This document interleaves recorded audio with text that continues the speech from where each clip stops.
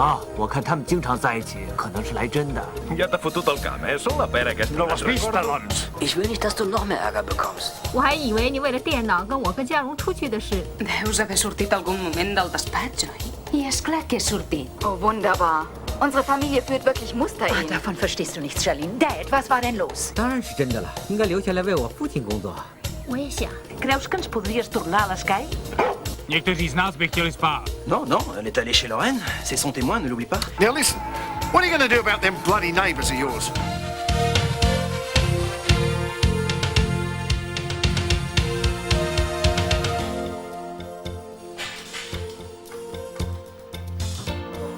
Hello, I'm Haddy, and I play Helen Daniels, as many of you know. Actually, I'm the only member of the present cast who's been with the show since the very first episode. And believe it or not, that first episode was screened 10 years ago. And that's why we're here tonight, to celebrate the 10th anniversary of one of the world's most successful daily television serials. Since Neighbours first went to air in March 1985 in Australia, it's been shown in more than 40 countries. Every day of the week, millions of viewers tune into what has become a global phenomenon. Thousands of actors have worked in these sets.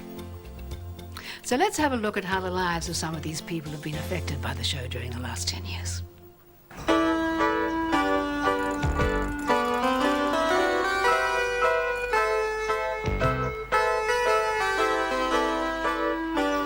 Hello? Is that Daphne? Yes? Hi, my name's Ramsay, Shane Ramsay. Yes, Mr. Ramsay? We're having a bucks party for a mate tonight. I was wondering if you'd be available. It's very special when you actually get the opportunity to be involved at the inception of a show, at the beginning, where you come along and you're not actually having to slot into a style, into a formula, into an established rhythm. Just before midnight. Oh, that's fine. Any time after midnight's okay. Who's calling for you, Shane? Well, when we started out, we just had Jim, who was the father of 4 children. He was the father of Scott, Paul, Julie, and Lucy. I can't sleep. Oh. I know, darling. Come on. It'll be over soon. I heard Paul telling those dirty jokes again, Grandma. Oh, they're really not dirty, just silly. Grandma, what are you doing? More to the point, what are you? Dad. Lucy. You haven't been next door, have you? No, I haven't. I thought you were in bed. Where have you been? Just out. You're not up because of me, are you? No, no one can sleep because of all that racket.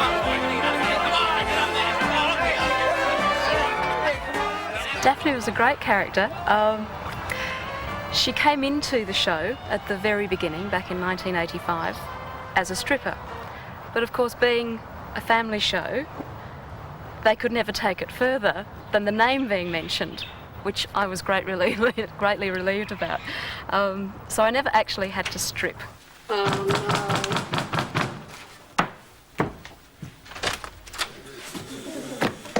I believe the best man lives here. Hi, Dad. Great party. I'll do 6 months, and that's it. I don't want to get caught up in a soap opera. 7.5 years later, I was still there. And look what it's done. Look what Neighbours has done, not just for me, but for everybody involved. Really came in with a bang, like the first episode, there was a stripper in the house next door, and my father's going berserk about that.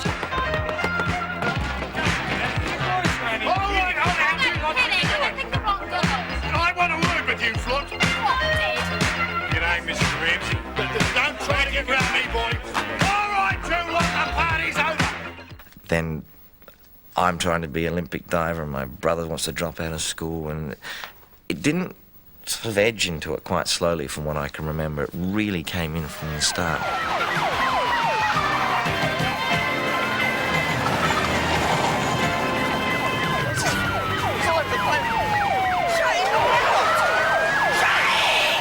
Well, I started in radio when I was a whippersnapper, and then, of course, worked in the theatre. Then, of course, television and a bit of film.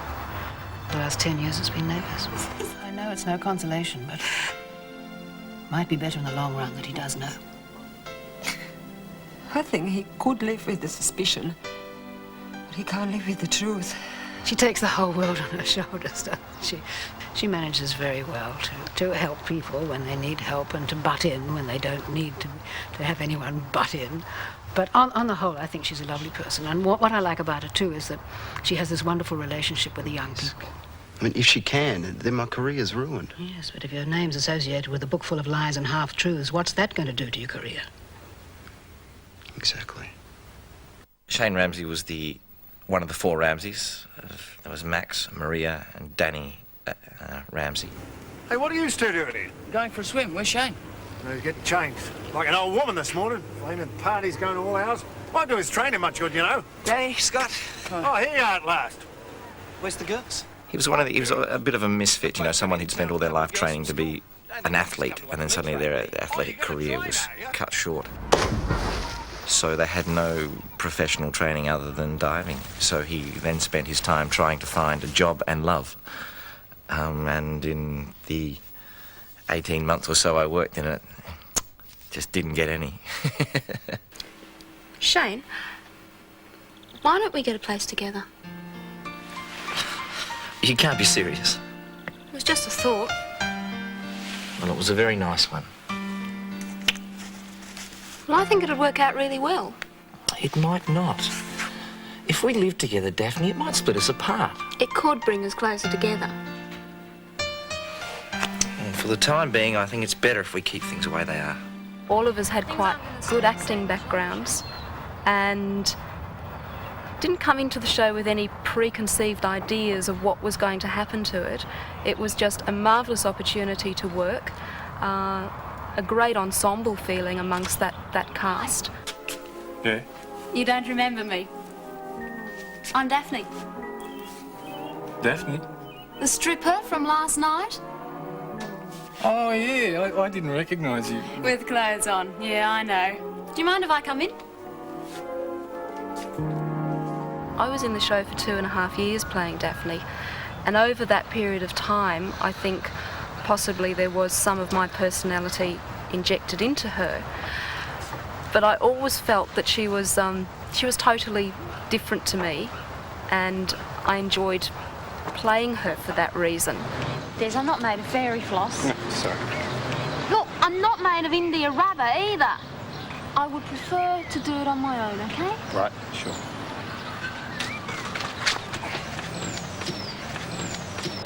Your damn plans. You've lived and breathed this takeover for weeks. You've plotted and you've schemed and you've taken advantage of everyone you know. Well, I hate to tell you this, Gail, but that's the way it's done.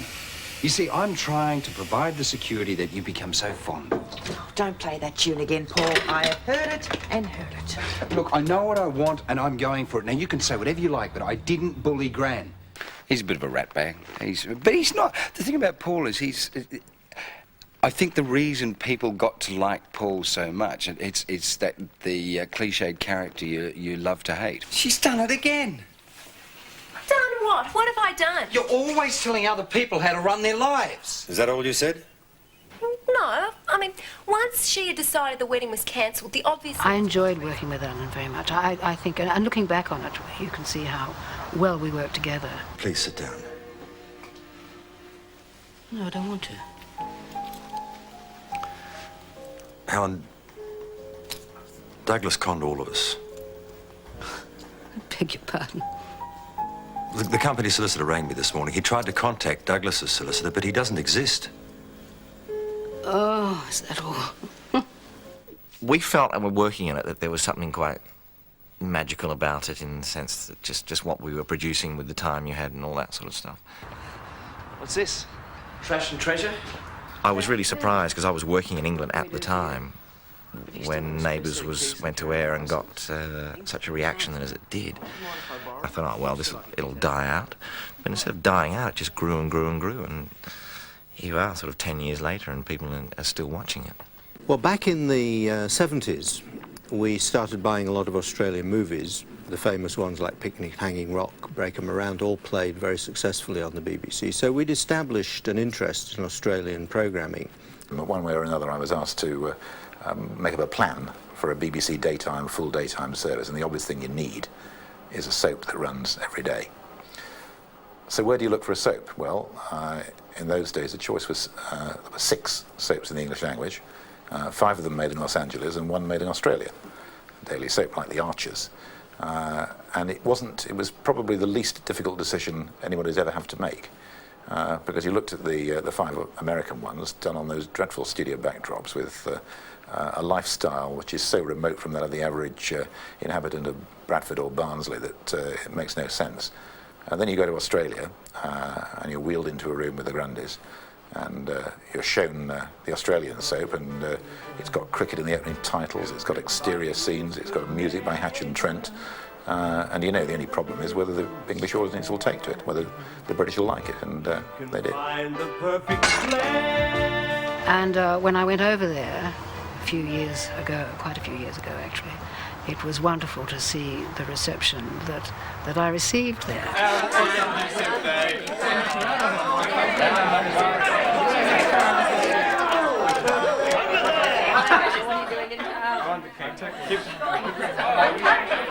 The storylines for Daphne were great. She did everything in the space of 2.5 years. And then, tragically, in the end, Daphne died. But that was great too, because it brought her character full circle. Can't you understand me? Can't you hear me? By filming it through the day, we were allowing the emotions to build up. So when the final traumatic event happened, everybody was sort of at a very, very emotional level. And that helped Paul, playing Des, quite a lot, because it was a very hard thing for him to do. All I had to do was lie in a bed all day, really, and close my eyes.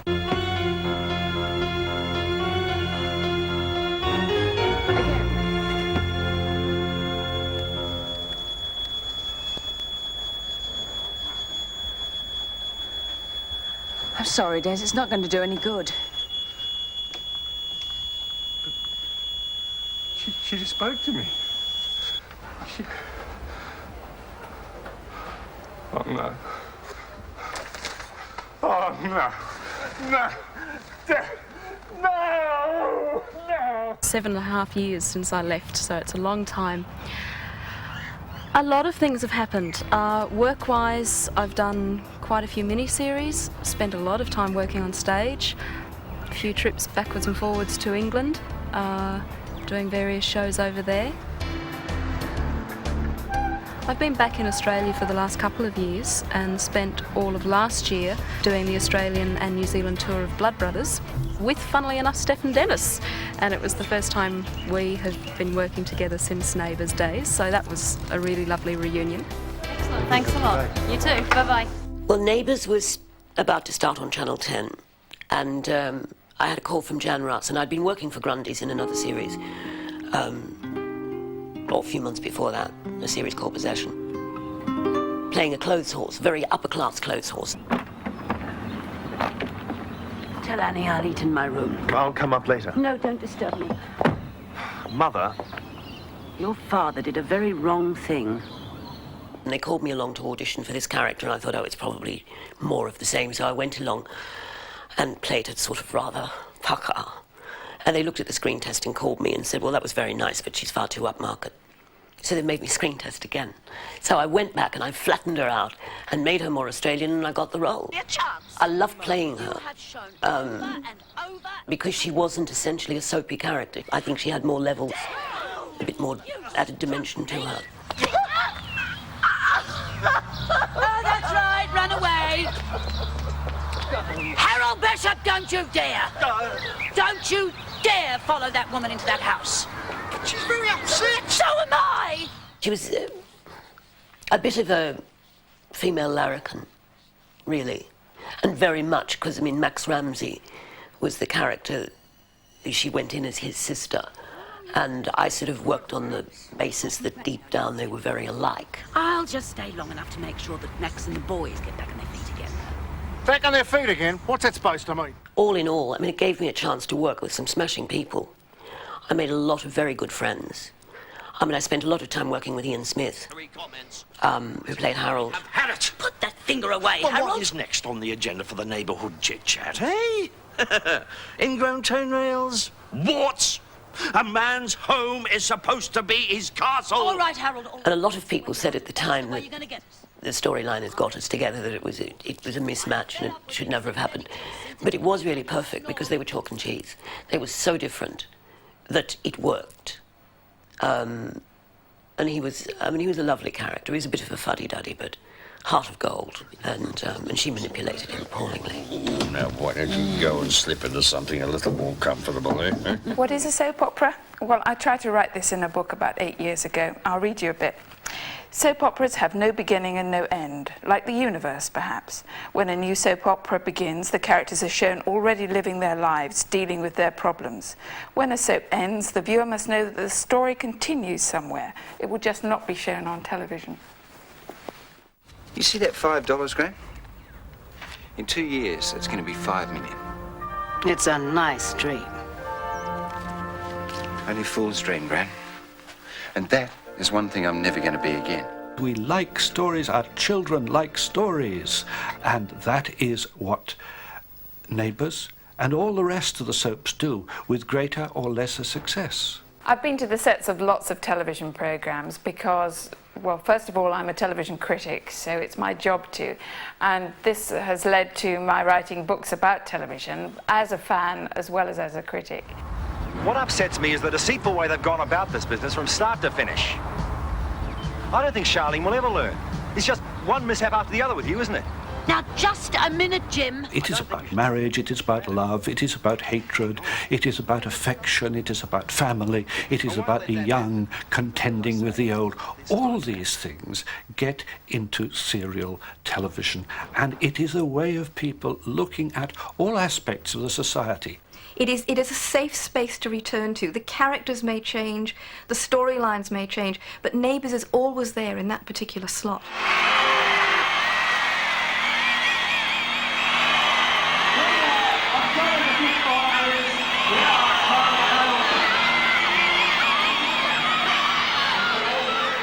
And the great triumph of Neighbours, of course, are the trio, Kylie Minogue, Jason Donovan and Craig McLachlan. We'll have the best little door-to-door sales business in Erinsborough. About time, too. Oh, lay off, Lenny. Well, you picked a rotten day to sleep in. Thought you'd be breaking your neck to start earning some money. And who said we're going to be earning any money? Jason actually presented himself for his audition just after the day after school. He rolled up to the audition in his school uniform and his schoolboy shorts and his tie askew and, you know, like a typical sort of teenage boy after a day at school. He came in and did his audition, and he was a very sort of lovable young guy, so he immediately fell into the role and made it a huge success. Kylie, when she auditioned, was like a quiet little mouse. Kylie had also done a couple of other things as well, but she had a lovely sort of quality, and of course on screen, when she came up on screen, she just lit up that screen and she just looked wonderful. Oh! Charlene! The success of the two of them would have been perhaps around when the romance started to sort of blossom and the kiss and because they were still at school, and a lot of other kids said to me how much they related to all that because they had to keep up their studies, they had the parents sort of, you know, condemning them for this sort of thing, yet they still wanted this romance to sort of blossom. We're doing the right thing. I know. Have you ever been with anyone else? Sure I have. Well, there's only been a few, though. They didn't mean anything. I bet that's what you'll say about me. I didn't mean anything. No, you're twisting what I said. It wasn't like it is with you. I don't know, they weren't as important to me. British soap operas have always concentrated on the elders of the family. But in Neighbours, you've got these great armies of young people coming in all the time. And there's this war of the generations. We are going to live together, and no one is going to stop us. Don't talk nonsense. I'm not. We're going to live together. You do nothing of the sort. Sorry, Mum, but we've already decided. He can't stop us, Dad. It's not as if we're kids anymore. All right, as adults, would you mind explaining how you plan to pay for your little venture? Get a job. Don't be ridiculous, Scott. I mean, quite apart from the fact that you haven't got a cent to your name, you're up to your eyeballs in debt. As long as the both of us were working, we'd have enough money. I've heard enough of this ridiculous talk, Charlene. You're not leaving home, and that's final. How are you going to stop me? Lock me up? You're just worried about what I might say about you with my special knowledge on the subject, aren't you, hey? They were young and fresh and attractive and vibrant, and it was what we needed at the time, and obviously what England needed at the time as well. And they were these wonderful, fresh-faced young Australians. Famous journalist. You might just find yourself waiting in a queue. Oh, yeah? You might find you typing with your toes. I'll break your arm. Yeah? You and whose army, hey? Time has shown that they really do have talent. They do have staying power. I mean, Jason has received so much praise for his stage performances here. And now Craig McLachlan. Now, have you seen this kiss yet on screen? No, I haven't. Well, just take a look at this, because we have it. I think about you every moment of every day. And every moment of every night.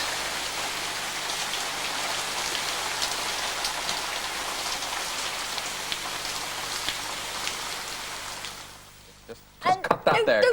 Don't keep it going, keep it. What can I tell you? What about my dad? In a minute. No! He was a bit of a larrikin, a real Australian larrikin, and the role called for that. Craig got the role after auditioning and made it his own. Right, it's locked. Oh, God. If you're doing that kitchen... These young kids coming on with very little experience, and everybody in Britain saying, oh, well, of course, it's not good acting. These kids have just come in, being cast because they look good in bathing suits. And yet they've turned out to be great actors. I mean, look at... What did you think the first time you saw yourself in the mirror? I thought I looked like my mother. Oh, well. She'd probably kill me for saying anyway. An over-the-top film like Priscilla could only have an over-the-top premiere. And stars and partygoers alike saved their best for its hometown debut. Part of the appeal of Neighbours has always been the young actors and actresses, and the kinds of ways in which Neighbours has opened opportunities for them as acting careers. You know, the young, discovered, young hopefuls, the school children, the ones that just walked into the park, and then their careers have taken off. And I think we're partly fascinated by those because they're like women's magazine stories. They're success stories. They're about the kid from the hometown making good. Reckon I'll be a star? You're about as good a model as I am photographer, Scott. Well, come on, guys. We said this was supposed to be funny. Oh, I think it's funny. Yeah, and I think it's funny too. Well, so what happens now? Look. There we go. Wait, look. Let's do it.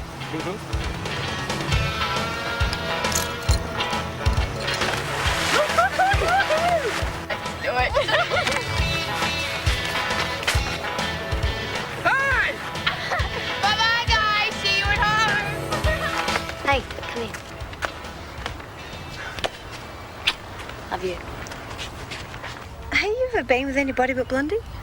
Anna, what kind of a question is that? You haven't, have you? Well, that's none of your business. Well, acting was something that I always wanted to do. My parents always called me the little actress when I was 4 years old. I'd act out something to get my own way, you know. I was always a little actress. But then I went to a pretty academic school, which was an all-girls school. They never encouraged acting, really. But I never really thought of doing it seriously until I got out of school, started modelling, happened to meet people who were in that sort of industry. I thought, well, yeah, maybe I can do this. And that's when I started to think, yeah, I really like this. This is what I want to do.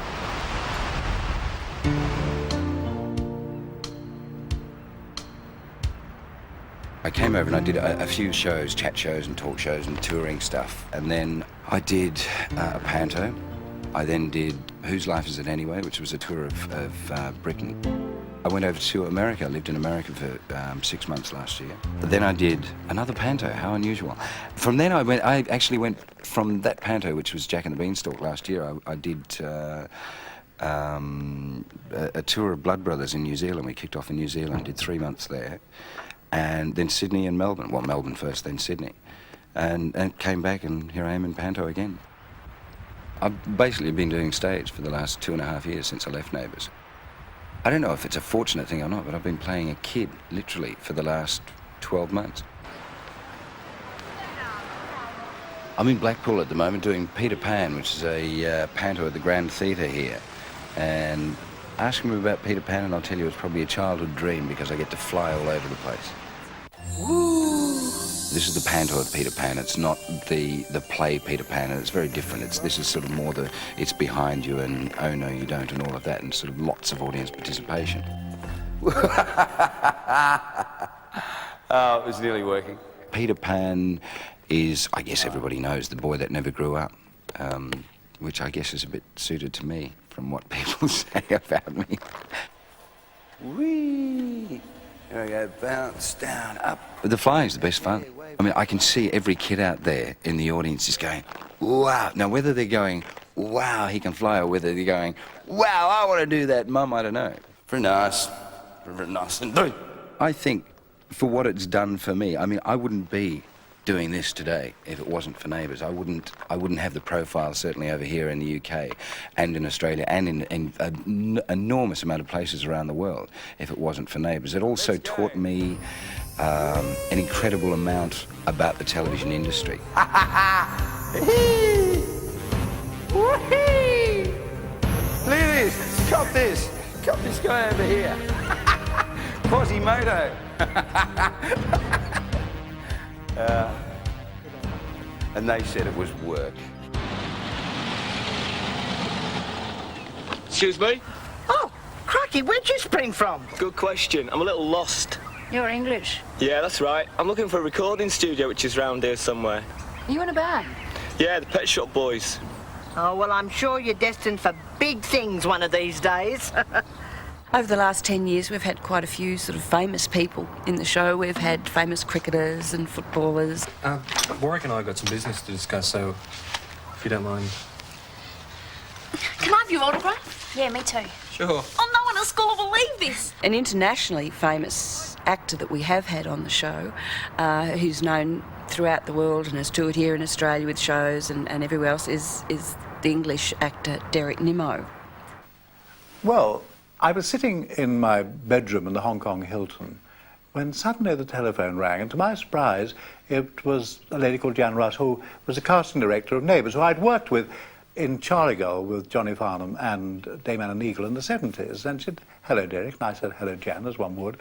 And she said, would you like to appear in Neighbours? Gosh, I said, which was the only reply I could think of. And she said, well, it'd be very nice, you can appear with the bishops. And I thought, goodness, because I've done an awful lot of ecclesiastical television series, all Gators, Oh Brother and so on. And I thought, no, to be back with Men of the Cloth would be lovely. So I then came back from Hong Kong to London, and my contract arrived. And instead of going in December to Ferntree Gully in the sunshine of Melbourne, I found I was filming with a Mr. and Mrs. Bishop in a bleak sort of old manor house outside Chester in England, and I didn't go to Melbourne at all. Oh, I'll ask the gardener. No, he looks a little strange to me. I'd keep away if I were you. Oh, don't be silly. Hello?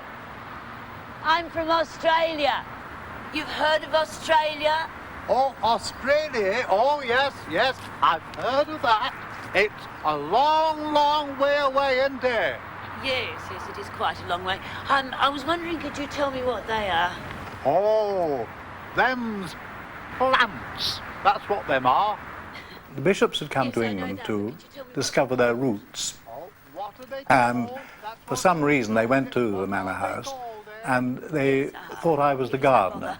Oh, no bother at all. Them are Japonica rubella. That's what them are. And then later they managed to obtain access into the house, and to their surprise and embarrassment, they discovered that I wasn't in fact the gardener. I actually was the owner of the house and a peer of the realm. I was Lord something or other. But it was great fun. Of course, Derek was not the only sort of well-known performer that's ever appeared in the show. Literally, we've had, I guess it would be a who's who of Australian showbiz that's gone through Neighbours. How much do we get paid? $40 a day each. Now, there's only a couple of days' work in it, but you don't see a penny till the job's finished. Just do as the note says and everything will be all right. Oh, I do envy you young girls, your freedom that you have nowadays. And when did you not do precisely what you want to do? frequently, believe it or not. I'm sorry, guys. We're very busy around here, and Lynn's my secretary, and she makes the appointments. There must be a mistake. I'm Scott Robinson. That's my accountant. Yeah, but look, I don't even know you. I say the $50 prize money is as good as in my pocket. Haven't got a prayer, mate. Well, if you're so sure of yourself, why don't you put your money where your mouth is? Because it's pretty hard to talk with a gob full of coin, isn't it? You're laughing on the other side of your face tonight, Henry. Madge, love. We all get caught in rainstorms occasionally. And as for saying you needed to compete with me, well, for heaven's sake, I've had 2 husbands run out on me. Hey, isn't that John Hind over there? So it is. I don't tell Nan, she'll be down here like a herd of mad elephants. Dark Victory was made in 1939, but Edmund Golding, the director, had this ability to milk the last ounce of emotion out of a story like this. I was asked to a regimental dinner at Blandford Forum, and I went down to it. And there were various guests of honour, and I was one of them. And so there was a co-stream general, and they played the regimental march. It was a grenadier. They played a grenadier's march, and somebody from the Green Jackets, and they played his march. There was an American, so they played Stars and Stripes. And I stood up, and they played Neighbours. Are you trying to kill us? Well, how can I get it right when all you do is shout? Henry was teaching Madge to drive, and failing miserably. I mean, she was hopeless at it. Apply even pressure. Right! This time... I'm trying. I am trying. I don't see why we had to leave the club straight away after the game. Goodness, just as I told you, she's still at it. At her age. Now, this time, when you put it into first, just hit the accelerator just a little bit harder. Why? You've got to be moving at least before you can put her up to second revs, you know. Stop yelling!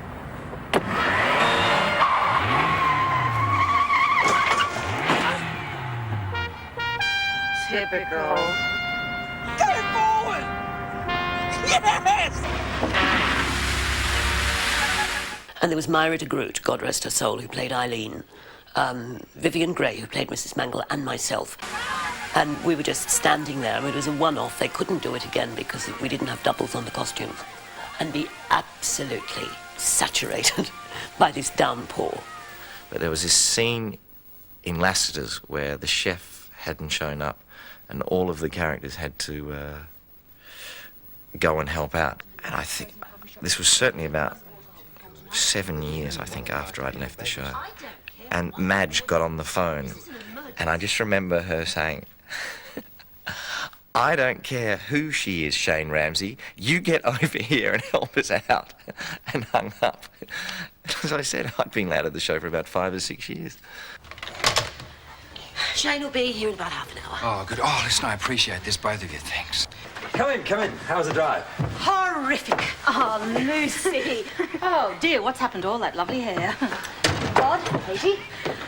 Well, I started on the show in 1987, and it was a week before my 13th birthday. I was scared to death.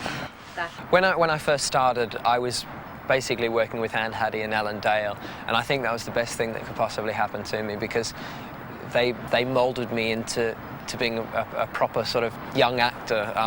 Told me how to behave because I didn't know. You go in there as an unknown who'd never done anything before, and you're expected to be a professional straight away. Look, you'll never really grow up unless you can learn from your mistakes. Look, I've had enough lectures. Why can't everyone just get off my back? Come on, Todd, I've packed some clothes for you. Please collect anything else you want. I'd like to leave as soon as possible. I should be at the surgery. Yeah, well, you can go to the surgery. I'm not going anywhere. I'm not having my life mucked up just because you two can't live together. I'm not prepared to argue this any further. Do as you're told. Get your things and come with me. No, you can go to hell.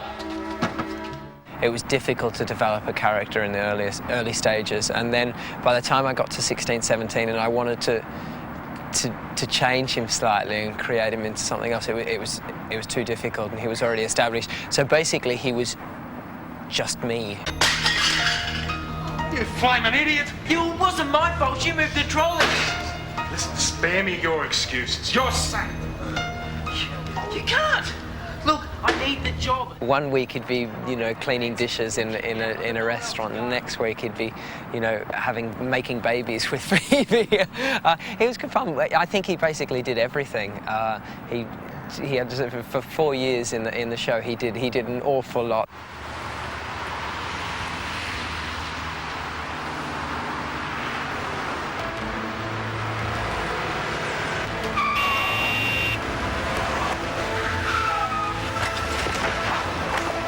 I had bruises for about 4 weeks after we finished filming, though, because they actually did run into me quite slowly, but I got the bruises to prove it.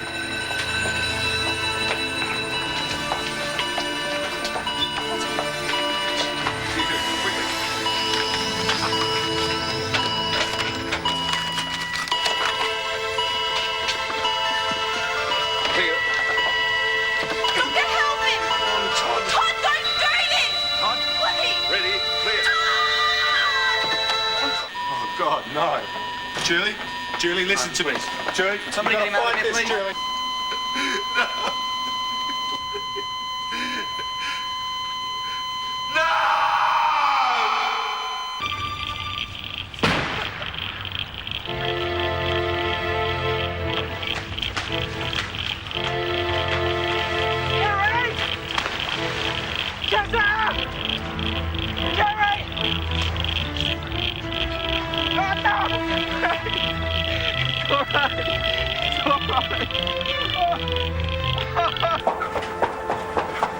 Joe, how is she?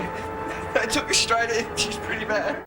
Mr. Mangle, we did everything we could, but I'm sorry. Kerry! Don't hurry! Kerry! I don't believe it!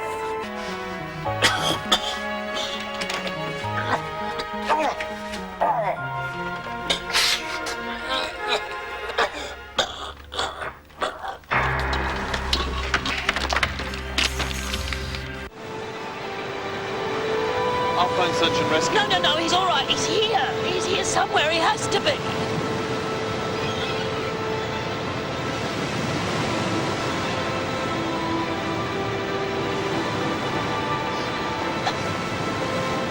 Harold!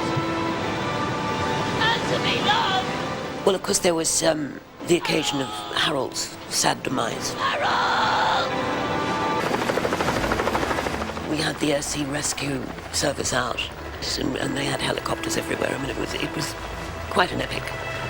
But it was a double whammy as far as I was concerned, because I was losing somebody that I'd worked with very happily for 3 or 4 years. Plus, I mean, the emotion from Madge, because she'd lost her husband. And then it was a fairly depressing day, actually.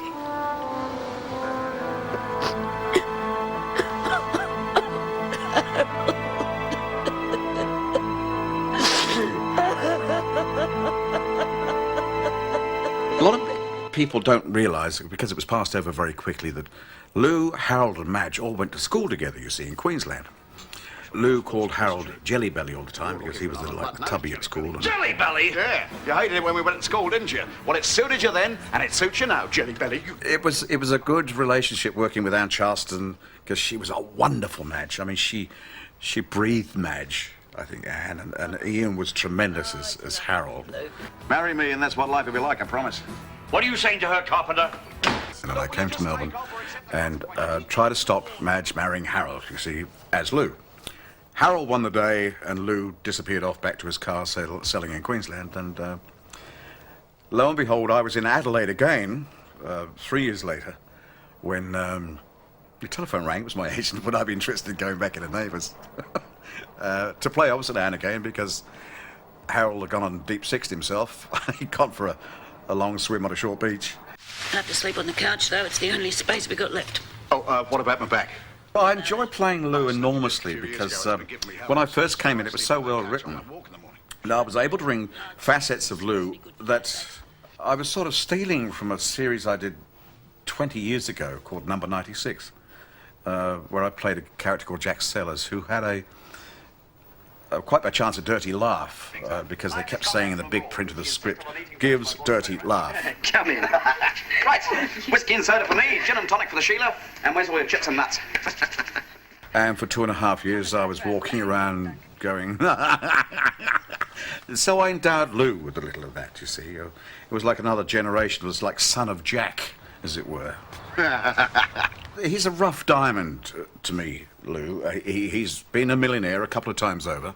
He's made his fortunes, he's lost it, he's had 2 disastrous marriages, but 2 wonderful children. Ta-da! Oh, Lord. Hello, you gorgeous person. He's got many facets to his character. I try to endow him with a dimension that no matter how serious the situation, he will find something funny in it. Particularly when they write in things of Anne Charleston trying to make me cure my fear of heights, and she kicks me out of a plane.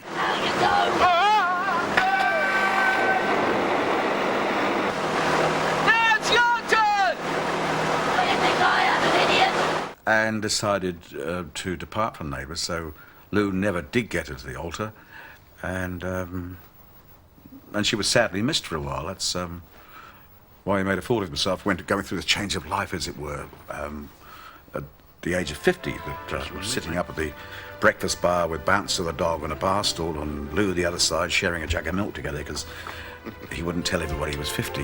Here's to us. Cheers.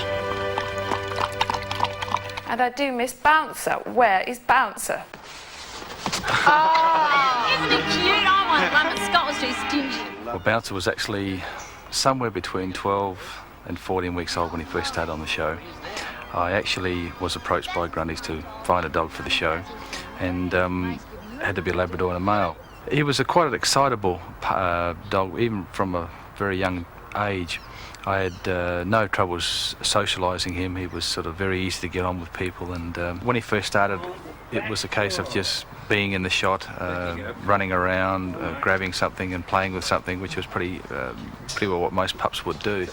But then by the time he was about 6 months of age, he could do things like bark on command, and he could crawl, play dead, walk backwards, and after showing a few of the directors how he could do a lot of these things, they started to introduce a lot of the exercises in, and that's, I think, where a lot of the things started. Dig it up. Oh, Bouncer. Well, Bouncer was the best, really. I remember the day he stole the smoked salmon. I don't know how we managed to have smoked salmon. Somebody in the props department had put on this lovely bit of smoked salmon, and I was just about to pass to someone, and this blonde dog's head just across the plate and took the whole lot. We didn't get any more smoked salmon, that's all I can remember. Got the lot. Bye, Bounce. I'll miss you. I'll write to you. And if you ever run away again, I'll be here for you. Now, let's hit the road. Have a good trip. Don't worry, darling, you'll be fine. Bye, Bouncer. It was about 13, and in fact it was exactly 13 and a half weeks after his contract actually finished that he died of cancer. I mean, a lot of people sent letters from all over the world, and it was quite touching to know that he affected so many people, so it was really fantastic.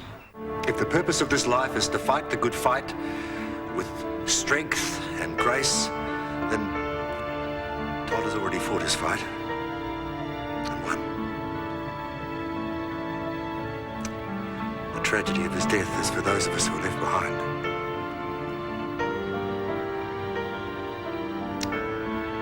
We who will never again hear him burst through our front doors with his unflagging energy and that special smile. But there are moments, I think, in all of these soap operas where you get quite transcendent moments. You get brilliant bits of acting, and certain actors sustain a level of performance, like Anne Haddy, for example. She started out in the show 10 years ago, of course, as a widow. And then she met a con man called Douglas Blake, who was played by my husband, James Condon.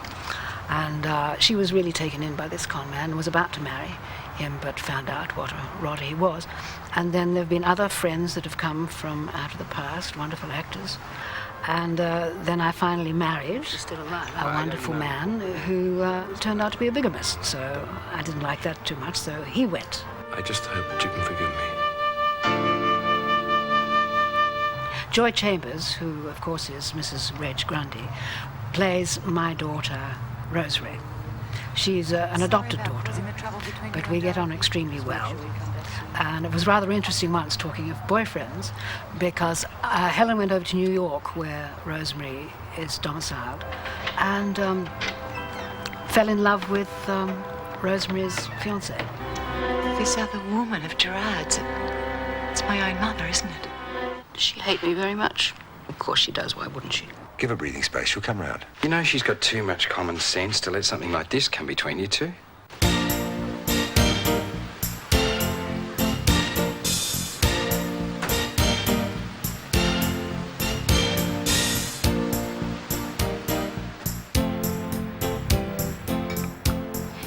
I worked alongside Stefan Dennis's character, Paul, most constantly, or with Gail as well. In fact, the most rewarding acting for me would have been the last few months of when I left, the whole love triangle thing, drama. Stealing the husband, and it was a funny experience because in life, Gail and Stefan had been dating. It was a bizarre thing. I'll have to kiss Gail's boyfriend. It's like having to kiss my dad, you know. But they were very good scenes, and Stefan was great to work with, and Gail. I loved being a mother on the show. Oh, yeah. Oh, he was the most perfect child. Shannon, we miss him, don't we? Indeed, he must be nearly as big as us now.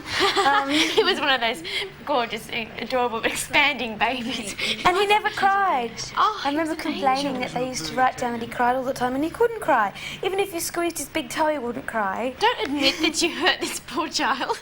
No, but he was gorgeous. I found it, that was my most enjoyable work, was being pregnant and having a baby. The twinship, the relationship Caroline and Christina had is entirely different to our friendship. They had a lot of competition and a lot of pressure and stress. Chrissy was very sour. Yeah. Did you say something? Christina? What? It's funny because within no time you feel as though you own that character, and you get these scripts given to you and you think, she wouldn't do that. No, She wouldn't wear that. You own her and she's part of you and she's your friend, and I'd go shopping and I'd buy her clothes and earrings, and you really feel as though it's you fiercely protective of your character. So they're entirely different to Gail and Gillian, but they were very rewarding characters for us as actors. Suit yourself. Our relationship is a lot closer than what was depicted on Neighbours as Chrissy and Caroline. I mean, this business of Caroline having labour pains when Chrissy's having the baby, that we have to wait and see if that actually happens. But our relationship, we often describe that we are very close as sisters and we're best friends. But you made me wear this awful uniform. And you made us work like slaves. I did it for you. Listen to Caroline's character, Melanie. I think she was one of the best characters on Neighbours when I was working there, because she had so much energy and she's so funny and a very good actress at the same time. So she was a hoot to work with.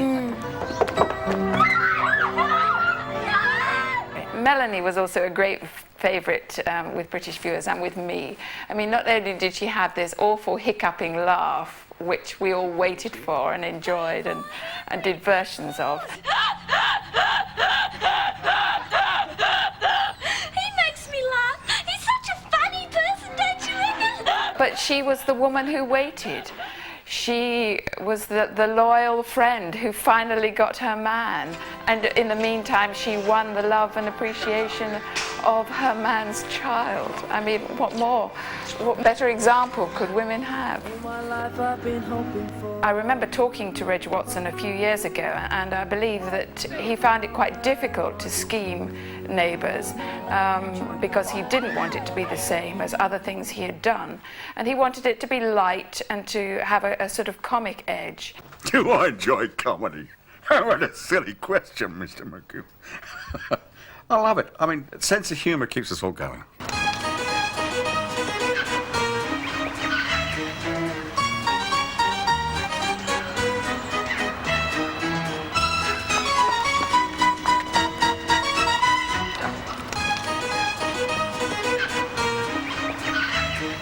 Dig. No. When you dig, yes, good dog. Dig. Well, I've also done a bit of telly because I'd done the Sullivans, of course, and I did the Mavis Bramston show in the 60s, so both shows had been pretty, popular and successful, so I was aware of the effect a popular show can have on one. I auditioned for some show that Grundy's didn't get going. I I think it was a hospital thing or something, and then they came back and said, well, would Maggie be interested in going into Neighbours, having done this sort of other audition? And I was deeply shocked and said, oh, I hadn't thought of that. It's in Melbourne. But what entered those devious little minds to make you decide to come forward now? They said, oh, it would have to be for a year. Well, I died. I thought, a year? Oh, a year? Oh, heavens. But of course, I ended up doing 3 years. And you know, don't regret it.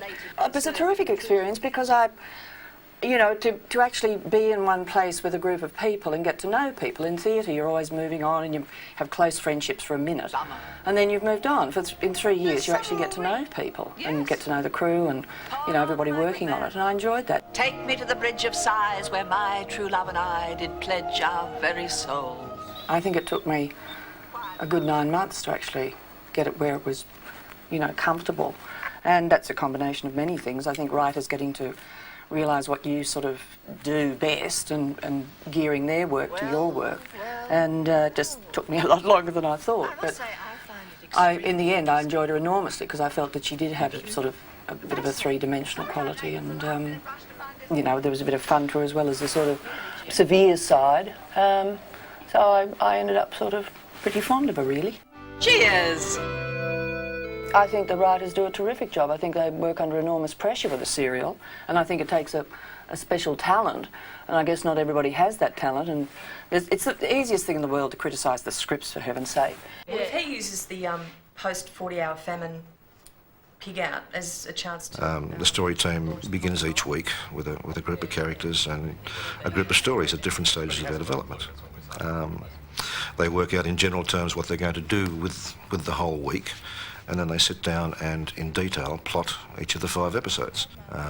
Basically, they sit around a table in a room and have a good time, usually, but in the process, hopefully plot 5 interesting half-hour episodes. Helen and Marlene in Coburg is beautiful. I just admire the way that the writers come up with different versions of the same stories, which are about broken relationships and unforeseen accidents and so on, and the way hope springs eternal. Well, of necessity, I think over a period of 10 years, storylines do get recycled. And I was just watching it the other day, and it was Julie and Philip having ballroom dancing lessons, and Smithy and I did that back in 88 or 89. 1, 2. Oh, sorry. Careful, Right. Harold. Right? Yep. A couple, wait for the beat. All right.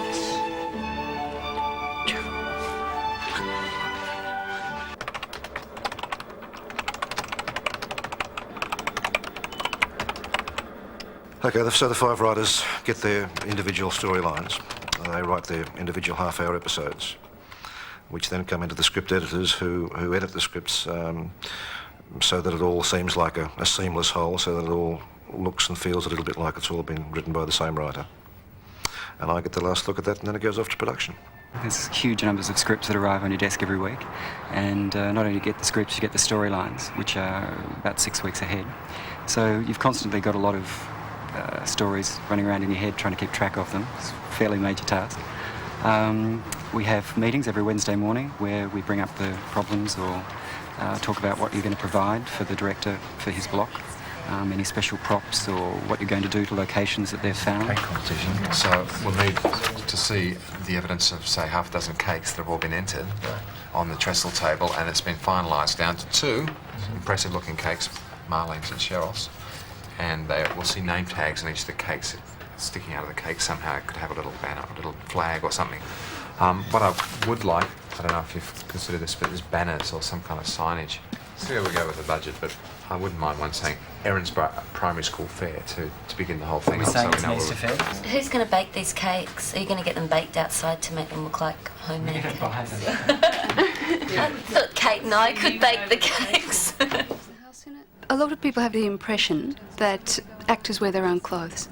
And whether it's related just to because it's a contemporary show, or whether I should take it as a great compliment that people look really relaxed in their clothing, I don't know, but it is not like that. You might as well just go through a box now. For the principal actors, all of their costume is provided by us.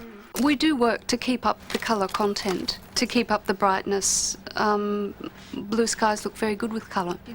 So we do definitely try to put that into it. And like to keep the characters sunny.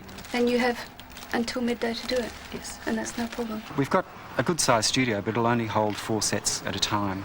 So we have 8 sets per block, which is 5 episodes, and 4 of them go up for the first half of the week, and then they're all taken down, and the other 4 go in for the second half of the week. Recently we've had the Kennedy family come in, and we took the Willis house, which had been several other people's before that. That hat's a bit over the top. And changed it to suit their new furniture. The challenge is designing for the characters, and getting to know them, understand what they would have, and getting it there. The sun shines even indoors in Neighbours. You have wonderful lighting. There's none of these sort of sordid, mucky interiors you get in British houses. Everything is bright and sparkle-larkling. It's terrific stuff. Hello, weekend! Morning, Des. Oh. Oh, you got out of the right side, It's didn't the you? weekend, and do you know what that means? No.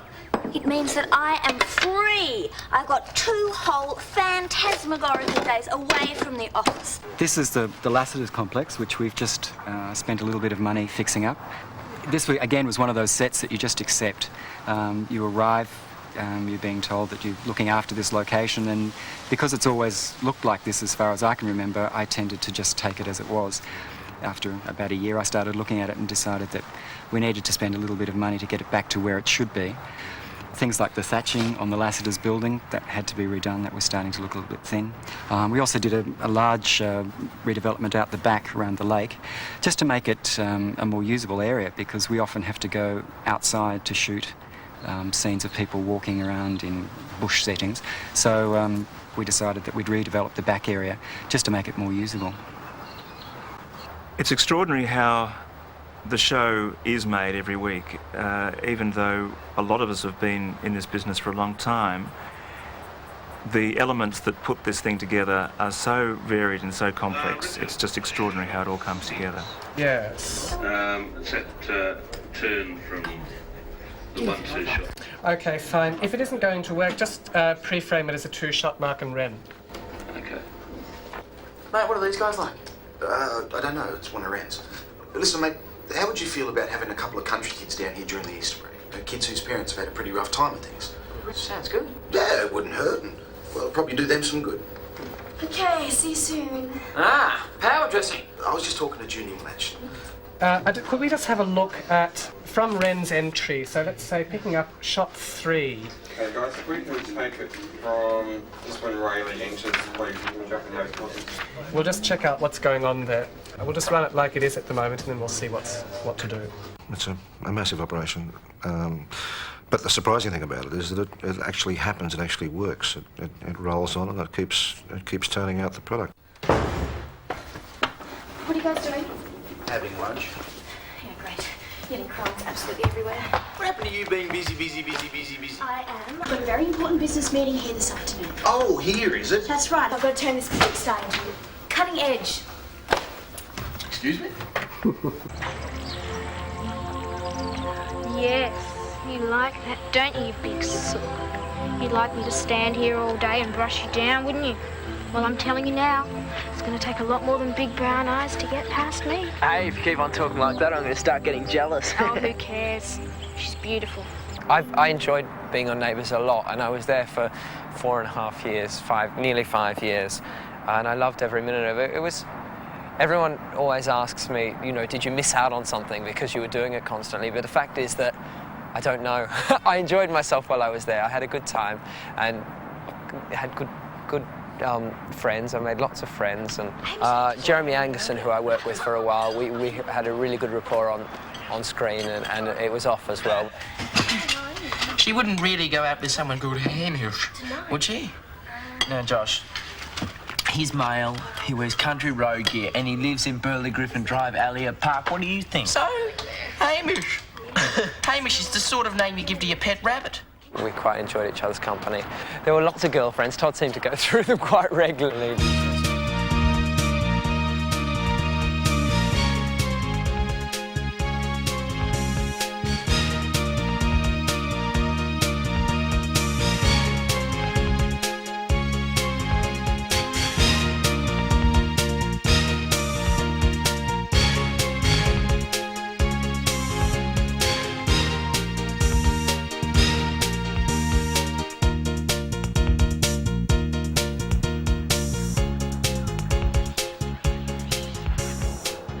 I finished Neighbours 2.5 years ago now, and I came directly over here and did a series, a pilot to a series called The Tomorrow People, which was filmed in Florida. Then I came back over here and I did a couple of plays. Midsummer Night's Dream, we did The Lion in Winter, I did a couple of pantos, some more Tomorrow People, and that's basically kept me busy for the last 2.5 years. It's been great fun. I love it over here. I've enjoyed myself. It's basically thanks to Neighbours. It lets you get a foot in the door, and then you have to prove yourself to stay there, and that's what I've been trying to do. Well, this is it, London, and it's pretty safe to say that most of the people that have worked on Neighbours have been here one time or another, so I thought I'd show you around. This is Piccadilly Circus. It's very busy here all the time. It's a bit of a tourist trap, though. You've probably seen the signs up there before in all the big films. It's quite famous, but I love it. I'm going to go and pounce on some lovely young ladies in a minute. No, come here for a second. Hello, how are you? Oh, how long do you think it's been running for? I must have said about 10 years. It's supposed to be over a decade old. There you go, you can't read it, but it's the thought that counts. Well, this is Soho. Come on, I'll take you on a tour.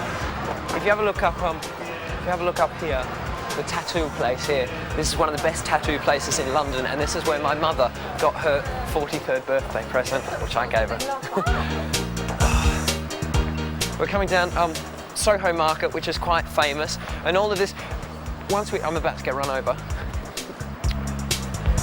Once we've passed this sort of area, it all gets very trendy, and we sort of miss all the strange people. So follow me.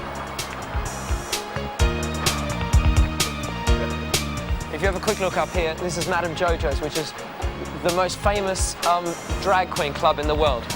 So there you go. Not that I've been there, but I've heard.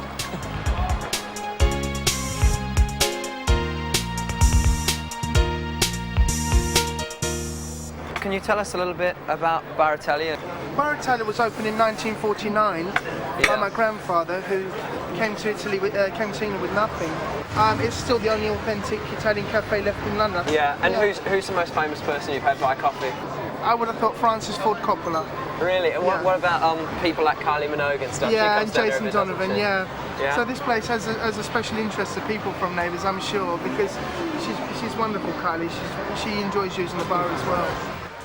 I got a letter once sent to me. It came all the way from England. Didn't have a stamp on it. The only thing that was on the envelope was Todd Lander's Ramsay Street. That was the only thing, and it got to me at Channel 10. So I thought that was pretty amazing. It's really groovy. Being asked for autographs and stuff doesn't bother me, because they're the people that watch the show and have given me the opportunity to do what I'm doing now.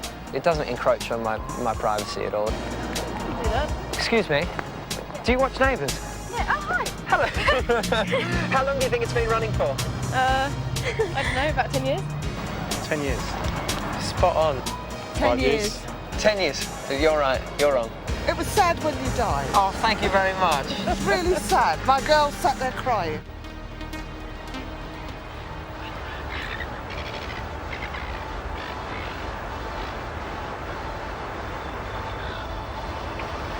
That's her.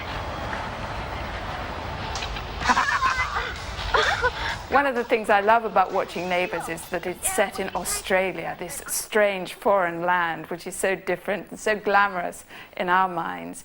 But when I actually went out to the set of Neighbours several years ago, I remember standing in the real Ramsay Street thinking, my God, I'm here, I'm touching it.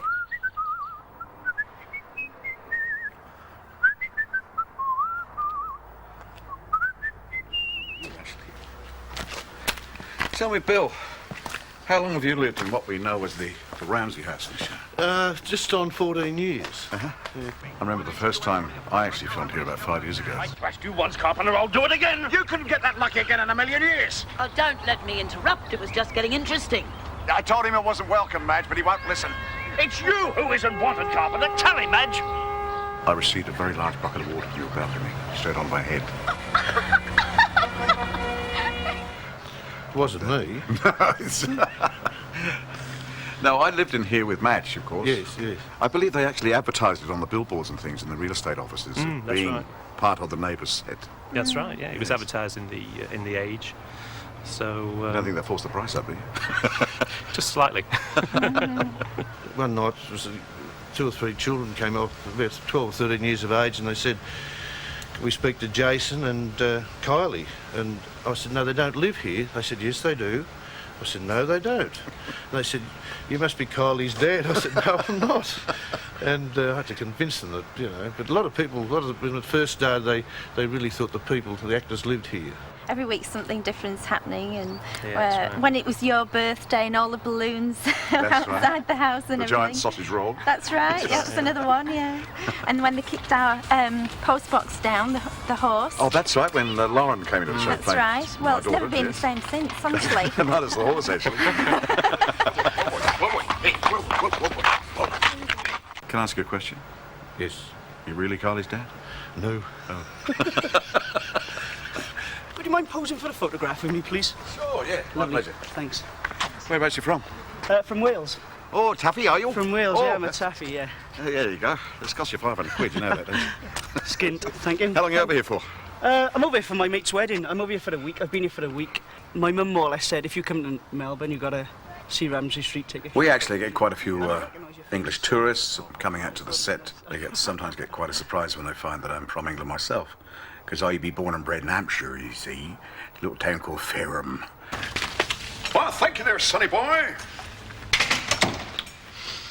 So what was the mysterious something you had to go home for? The Ramsay set was almost like a second home. I mean, I'd walk into it from my place on a Monday morning, I'd rehearse in it, and then I'd record in it the next day. So, and if anything was out of place, I mean, you get very proprietary about your own set, and if there was something out of place, I'd move it and make sure that it was, or if there was a picture crooked, can't stand crooked pictures, I'd straighten it up. And the thing that I really loved about the Ramsay set was that bank of plants along near the stove that never grew. And for years, all of Shane's swimming trophies were in Madge's house, and nobody took them out. In my case, the Neighbours' day used to start off very early. A recording day used to start off very early because I don't learn my lines at night. I'd learn them in the morning. So if I was starting at, say, 7 o'clock, if I had to be on the floor by 7:30, I'd be up at 4:30, cup of tea, script, and I'd be learning lines and then get in a taxi and go to work. Wally, don't be stupid. If I've got to call security, you're going to be barred from the waterhole. Who cares, stinking place? Oh, go easy. Harold, quick, help me.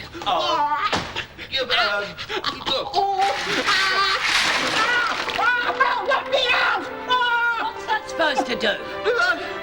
I don't know. What do you want me to do? Call security for a start. I'd rather not hold hands all night. You're breaking me out! I miss Madge and that corn-cracked voice greatly. She was the Earth Mother, really, with a short temper, a loud voice, but very, very dependable. You know, a non-educated woman, but she would always roll up her sleeves and do the work and go out and get a job and support the family. I don't regret leaving, I don't think, because it was 7 years, and it was a pretty long stint. But I also don't regret a minute of the 7 years. It was great fun.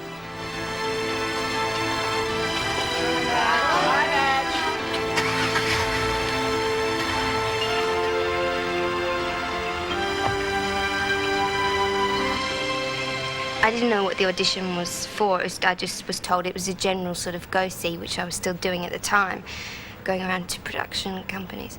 And I had a couple of scenes to read, and they were quite long. And then a couple of days later, I heard I got the part of playing Lucy.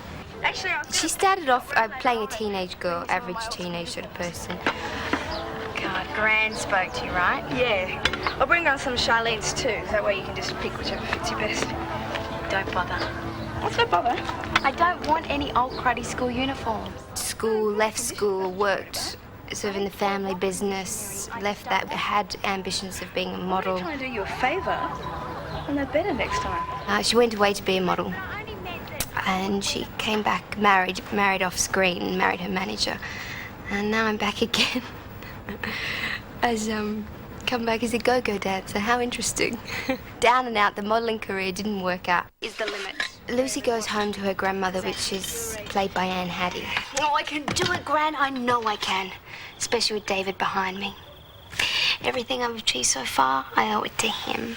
He'll make it work for me. I know he will. Oh, darling, you've done so well. You and Paul have done so well. It makes me so proud.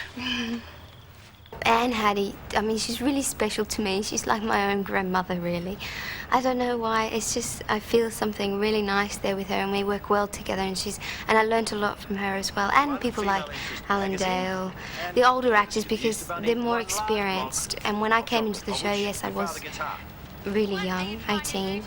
You ruined my skin. Well, I haven't had a chance to spoil you for ages. And I went to East Street for a year. Then that show finished.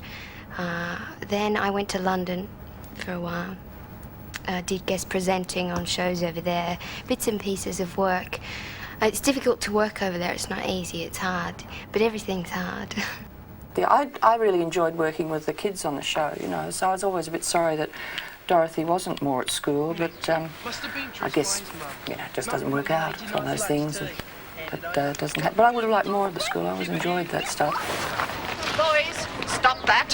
What's going on? Nothing. We was only playing around. Toby, are you all right? Fine, thanks, Mrs. Burke. Brett Sharp, Peter Banks, my office after assembly. Oh, you'll get a few... I didn't think I'd get used to that snake, but it actually was a very beautiful snake. It was a diamond-headed python, I think, and we didn't use it often enough to really sort of get into a total panic. But there was a terrible day, I remember very clearly, when Lockie Daddo arrived at the door of number 30 to prove his love for Phoebe with a huge, fat python wrapped around his body, and I just thought, oh. And Dorothy had to answer the door just a beat after Phoebe, so it went the knock on the door, Phoebe coming in, then Dorothy, and just as I got there, Lockie, the snake, the python just opened its jaws like that, right in my face, and I thought I would actually die. Well, actually, it's not a work diary. It's my dating book. I keep a record of the various women I meet. Oh, a lot of strange men. Remember, she went to a video dating school, which I thought was a good idea. So she picked up a few oddies via the video dating. But she didn't have many relationships, now that I think about it. It's good, isn't it? Excellent. I like coffee so strong you can almost eat it with a spoon. Yeah, me too. Oh, Jim, well, I never felt that Dorothy and Jim really got it together in some strange way. I think they could have, but Jim had that problem where he used to fall asleep on his women, really. He fell asleep on Dorothy. Oh, crikey. Yeah, I didn't wake you up early. I thought you might need the sleep. There's a cup of tea there if you want. Thanks. Oh, crikey. Yeah, Dorothy was a bit disappointed, really. I'm sure that she was a bit mature for Jim. I remember the bike riding with Jim, which was always done in a very sedate manner, and I think, because I was hopeless on a bike, and it was all very well for Alan to be great, but I was hopeless, so it had to come back to my level. And we were always, I used to laugh because you see us sort of serenely riding along. As exercise, it must have been ludicrous. Most of the time. When he has a sherry or two. Since Neighbours, I did the Panto and Torquay, and then I've done a little bit of telly and, you know, a couple of plays. It's been good. You know, I haven't been flat out, I'm not saying I have, but it's been nice stuff to do. I'm here in Stevenage with Snow White and the Seven Dwarfs, playing the Wicked Witch, working with 7 terrific dwarfs, and a great company. It's been a big success.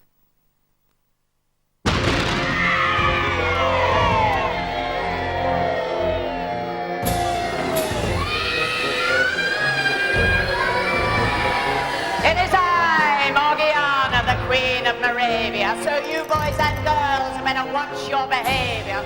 She's totally evil, the Wicked Witch, so they're always good parts to play. And it is fun. I just can't wait for that boy to appear. Mirror, mirror on the wall, who's the fairest one of all? The English audiences just get so involved. I shall marry Lorenzo, the fairest in the land! Their grandmothers have been bringing their kids for years, and they started off with their grandmothers bringing them, so there's an enormous education that they've all got towards pantos, so you've got to be on your toes, you know. Your turn. Thank you.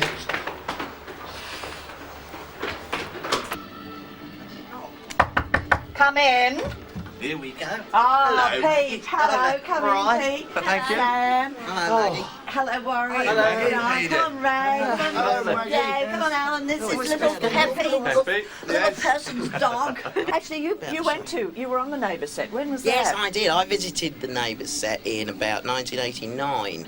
Oh. I went on there and I sat in the Robinsons' house on the sofa with Jim Dale, and Haddy and somebody else, I forget.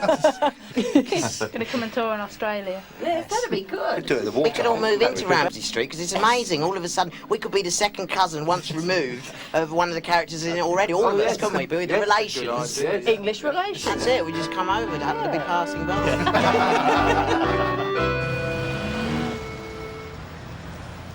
Before Neighbours, I was doing my final year of an accounting degree.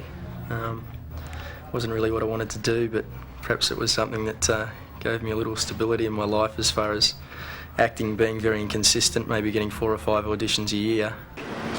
Here goes nothing. When I started, I had 3 months before I actually started on the show, so I threw in college and served probably 5 out of 7 days a week. Someone that lived for today and didn't worry too much about tomorrow and kept things quite light and entertaining as much as I could. Always tried to, keep him up all the time rather than down and negative, and it was just a lot of fun to play. Oh, well, had to be done, I guess. At least I got some exercise. It's flat as a pancake. Brad, you have to be cheerful all the time. Working with people like Terry Donovan always had a lot of laughs, bounce off each other and things like that. Oh, come to think of it, I think you better stick to making surfboards. Yeah, well, I got on particularly well, I think, with the younger people on the show. I worked so closely with them. I don't understand why he didn't think of it I himself. mean, I had 3 leading ladies. They all happened to be under 5'3", which didn't really suit me too much. Always craning over the top of them. Brad fell in love with Lucy and ended up going out with her for about 6 or 12 months on the show, I think, and then she left. And soon after, I was matched up with Beth. Rise! Oh, it's so good to see you. I thought you weren't coming back till tomorrow. Oh, I was missing you heaps, so I decided to jump an earlier flight. Another girl came along, Lauren, and Brad met up with her, and she was Beth's fiancée, and I was doing all the wrong thing the whole way through, and ended up getting back with Beth, and I was a bit of a rat in the end, really, but I had a lot of fun working with all those girls. They were great fun to work with. See you later, everyone. Why don't we see you first, mate? Well, I got married in the end, and I ran off to Perth, I guess. So I guess I'm still busy there, surfing and doing whatever. Bye, darling. Bye.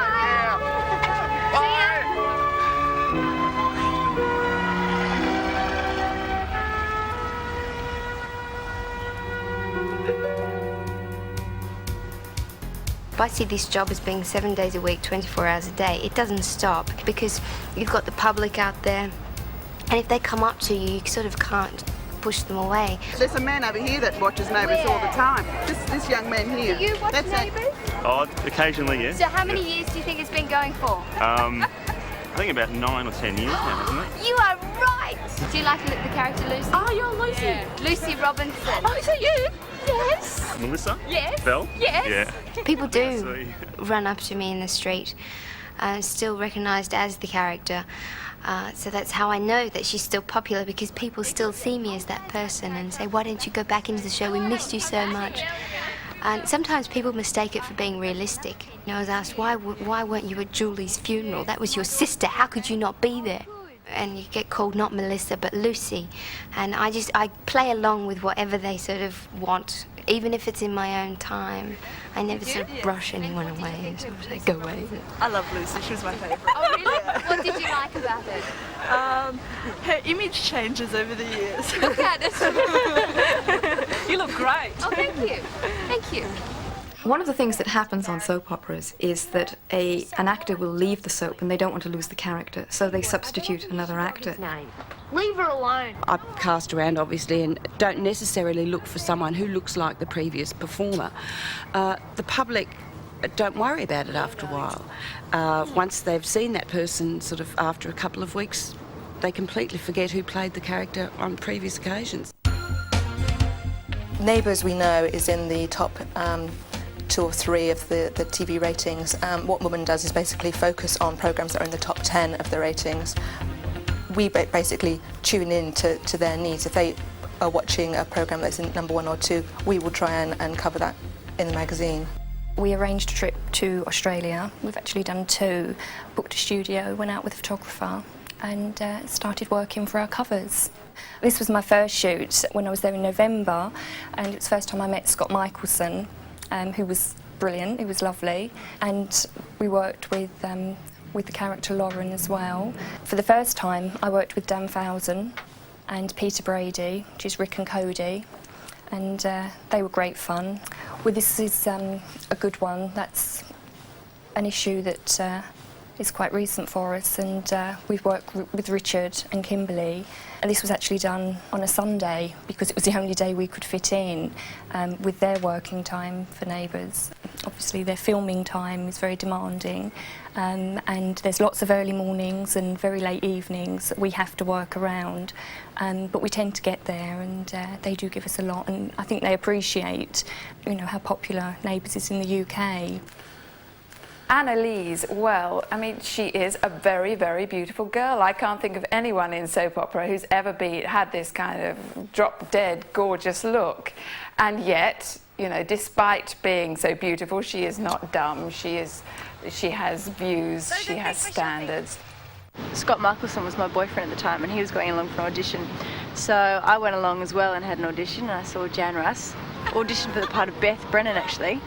About a year later, I went for the part of Annalise. I had an acting agent and everything by then. Sure enough, I got it. I thought, yeah, this girl's got a lot of spice, you know, which was really good. I think the show really needed someone with a bit of guts, a bit mischievous, which Annalise definitely was. She wasn't the nice girl next door, that's for sure. It's in the hips, yeah? Absolutely loved playing Annalise, and I just felt her develop more and more as time went on. You sure this stuff's okay? Of course, it's a protein conditioning mousse. It'll restore life to your hair, give it body, and leave it soft and silky. Working on Neighbours is a lot of fun, it really is. I mean, it's hard work, there's no doubt about that. You've got to get up early, you've got to work long hours, you've got to learn a lot of lines, but the cast are just brilliant. We have a fantastic time, and the crew are just great. It's always joking around. I mean, there's pressure, but ultimately, I have a brilliant time working on Neighbours. So you're my new boss? Yep. So you better start doing what I say, girlie. If you want to live past your teens, don't ever call me girlie. Dan Falzon, he was great. We have a very similar sense of humour, so we're always mucking around. And I think Tom Oliver was fantastic to work with. He was the first one I really worked with. See people coming like Kim Davies, for example, Kimberley Davies. I remember her coming into, and Lou laid his lecherous eyes upon her and said, "Oh, you know, my new flatmate, I." Oh, come in, Annalise. Oh, it's a nice place. Lou, this is my friend Annalise, Lou Carpenter. Hi, pleased to meet you. Hi. You must be the young lady who's about to move in with us. Yes. And Kimberly's taken the character of Annalise through from being a blonde bimbo. Well, also, of course, the writers have as well, but only because of the way Kimberly's able to play her. She's taken her from being a blonde bimbo through to a very intelligent lady. He was really good. He was very patient with me because I was obviously new. He showed me a few little tricks of the trade, which is really good. And Anne Haddy's also been really good. She's got a good sense of humour, Anne, so I get along really well with her. Oh, no. No one on Ramsay Street's got more style than you. Thank you. I'm flattered. Perhaps one of the most exciting events that can ever occur on a soap opera is a wedding. But unlike the wedding that you might get in a Hollywood film, for instance, of a fairly traditional sort, the wedding in a soap opera is never the end of the story. It's always, in fact, the opening of a can of worms. It's always the beginning. It's always about complications.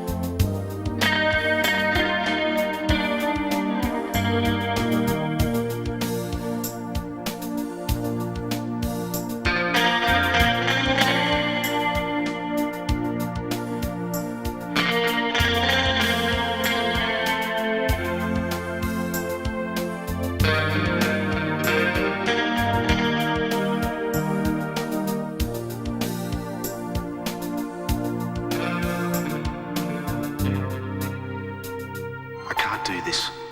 The wedding's got to stop.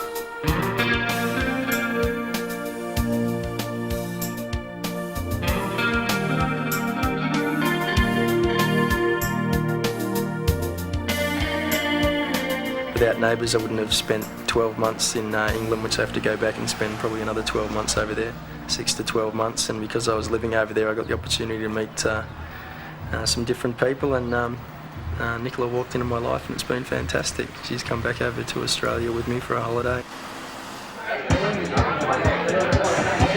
Yeah, the sports bar, that's something that I've got involved with. It's not a new career of mine or anything like that. It's just I wanted to do something with some of the money that I'd earned. It's open 24 hours, 7 days a week, so it's just something that I thought was a good investment at the time, and so far it's been fantastic. As long as I get the opportunity to act for the rest of my life, I think I'll be happy. In various things, I'd like to do some film, some theatre. At the moment I'm producing a film, which is very exciting. It's something that it's the 4th script I've tried to put together. It's something that I've been involved with over the last 3 years, but it's the first one that I've had some funding. Hey, quick, you guys, come and watch this. This is classic.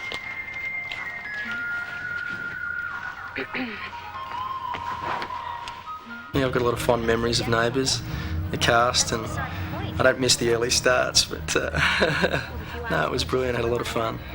Oh, that guy goes off.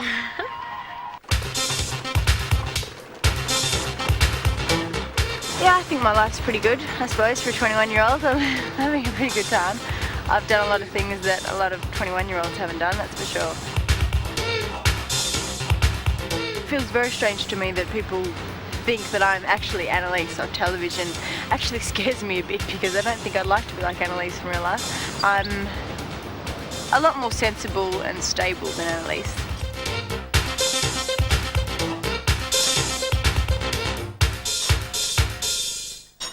It's tremendous at the moment being able to work with Caroline Gilmer, because I've often admired Caroline on television, and then they cast her as Cheryl, which was tremendous. And I think we work very well together. I'm talking about Brett. Oh, yes, Brett. Oh, I thought we might go for a stroll through the park, get some fresh air, then take her down to the lake, see if we can find some ducks to feed. You'd like that, wouldn't you? Haven't felt so young for ages. Which is exactly what you wanted, isn't it? Mission accomplished. If someone offered you a look at the exam papers, would you do it? Are you saying that you've got... Hey, I'm talking hypothetically here. Well, you know my motto. It's keep your eyes on the prize. It's a pleasure to work with such a professional cast who, as I've said before, have enormous demands placed on them. We've got a cheerful cast, we have a very happy crew, and I think we're going to have a very good year and another very good 10 years. The great thing about Neighbours is that it's Australian. And you've got to understand that for lots of people in Britain, it's where auntie lives, it's where uncle lives, it's where cousins live. It's the seaside and holidays rolled into one. How's that? The sun shines a great deal. It's the kind of suburbia which every English lower middle-class person dreams of inhabiting. And it does seem to the English audience a particularly desirable world in which to live. If you can keep a serial going as long as Neighbours, you must be doing something right. It may not match up to Tolstoy, but in terms of popular culture, it is a tremendous success. Takes a drink. The first cut in is the drink coming back down. And action.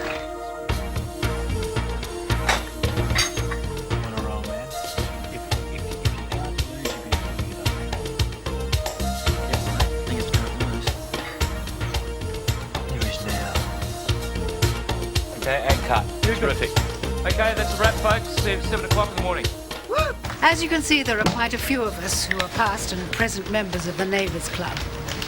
So many actors have appeared in the show during the last 10 years. And all of them, for some reason or another, will be celebrating this milestone. So, whatever the future holds, let's hope that Neighbours can go on being enjoyed by millions of viewers for at least another 10 years. 10 years. Happy birthday, Neighbours. Happy birthday, Neighbours! Happy birthday, Neighbours. A very happy birthday to Neighbours, and I bet it's a spectacular cake this year. Happy birthday, Neighbours. Happy birthday, Neighbours. Happy 10th birthday, Neighbours.